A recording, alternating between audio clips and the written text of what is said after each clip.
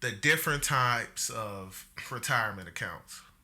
So there's a plethora of retirement accounts out there, but we're going to hit the most common and most popular ones that most likely apply to you. And to start it off, we're going to talk about the 401k plan. So that's a plan that you get through your employer, and you're able to, at least today, invest up to 19,500 a year. Correct. Correct, and that is a plan that's provided through your employer. Now, like we spoke about previously, your employer has the ability to match up to 100% of what your contributions are into that 401k plan. And the nifty thing is that match does not count against that 19,500 that you're allowed to contribute every year. And then on top of that 401k account, well, not on top, but running alongside it is the Roth 401k, which is a similar thing with a similar threshold, except that you will actually pay taxes on that money and then invest it into the account. But all your gains that you make in that Roth IRA or Roth 401k will be tax free versus all your gains in your 401k account. Once you withdraw, once you're above that age of 59 and a half, you have to pay what your income tax is that year, tax rate on it when you withdraw. Man, it sounds like the Roth 401k is the better option to me. If I had my druthers, right, I would probably go with the Roth 401k if that was an option. What do you think? I disagree. Why? Um, Because the gains are tax free. It sounds like a great option. I would say it depends. So if you're in a position where you're earning a high income, Mm-hmm. I could see where you'll want to lower your tax bill if you're close to a certain tax threshold, right?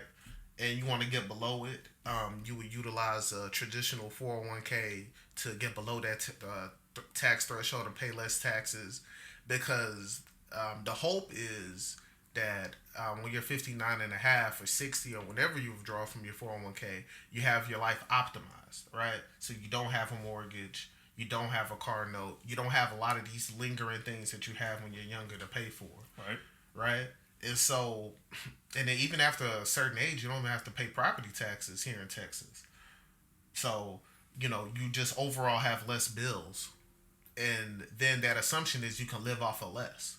So now you have all this money in this account, you could just withdraw what you need, and now you're only paying taxes on what you need.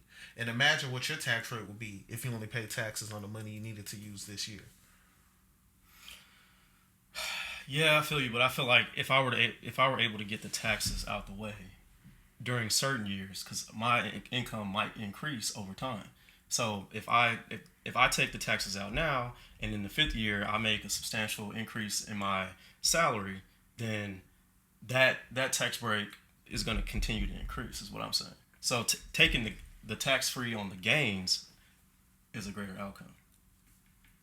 I see what you're saying, but I guess my where I push back on that is this: is Mm-hmm. that if you think that you're gonna make money after 59 and a half from sources outside of 401k, Yep, then you could delay up until 70 years old withdrawing you could. from that 401k, or you could just withdraw that minimum.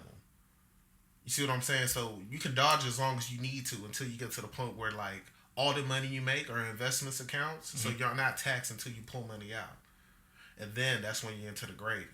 You see what I'm saying?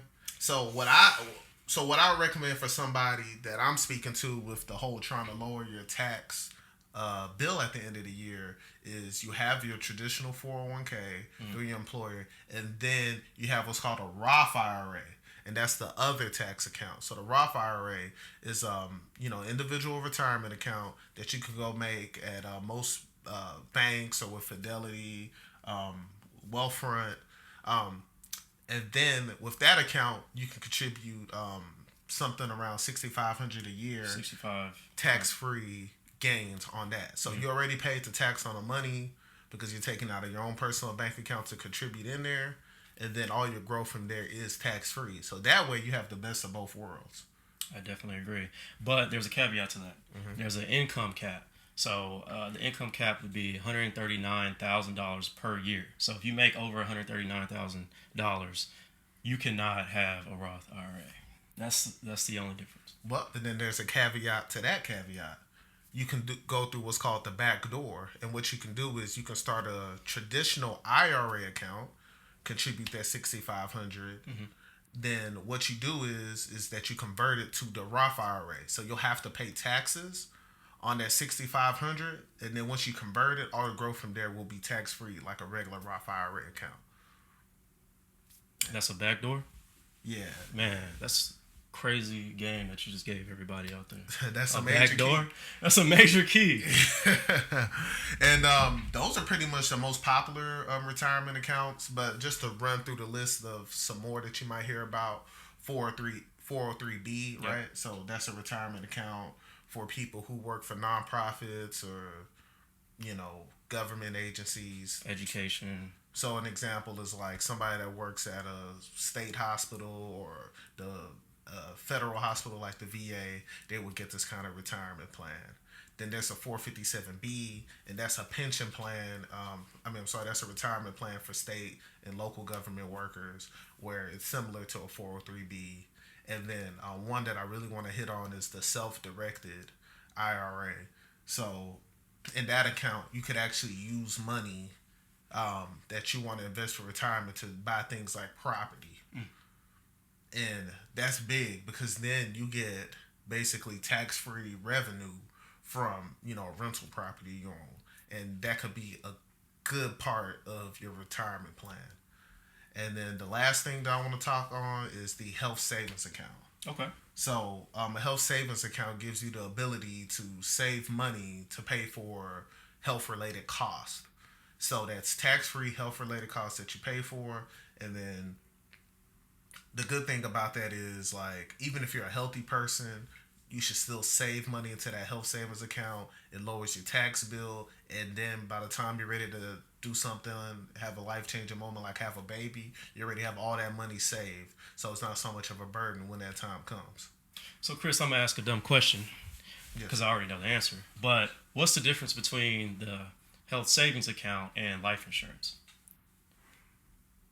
Okay, so a health savings account is money you use today to pay for health-related costs. So life insurance is this. If something happens to you, you get in an accident, you have an uneventful death, right?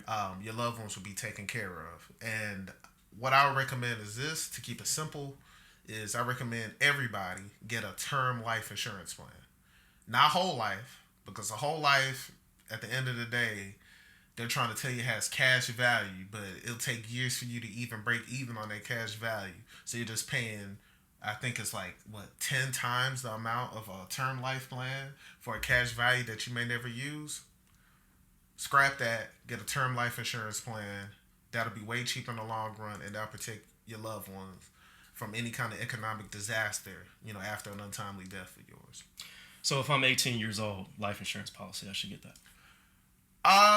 If you're 18, I may not recommend that you take one out, but I would hope that your parents will take one out on you.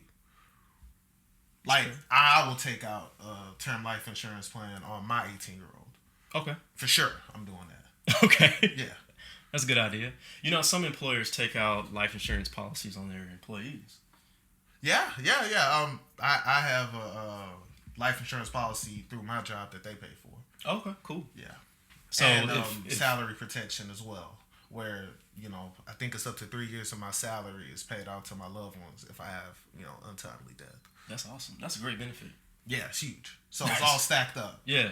My personal life insurance, theirs, and the paycheck protection over those 3 years. Okay, good deal. That's what's up, man. I would recommend everyone get life insurance, but I definitely understand that. If you don't have any children or you don't have a wife or a spouse or whatever, you're still a young person, then, maybe take that time. But definitely everyone should get life insurance. But these are very good topics. 401k plan is definitely something that everyone should have if your employer offers that. As of right now, I would definitely push everyone to use the 401k, even if you do have debt.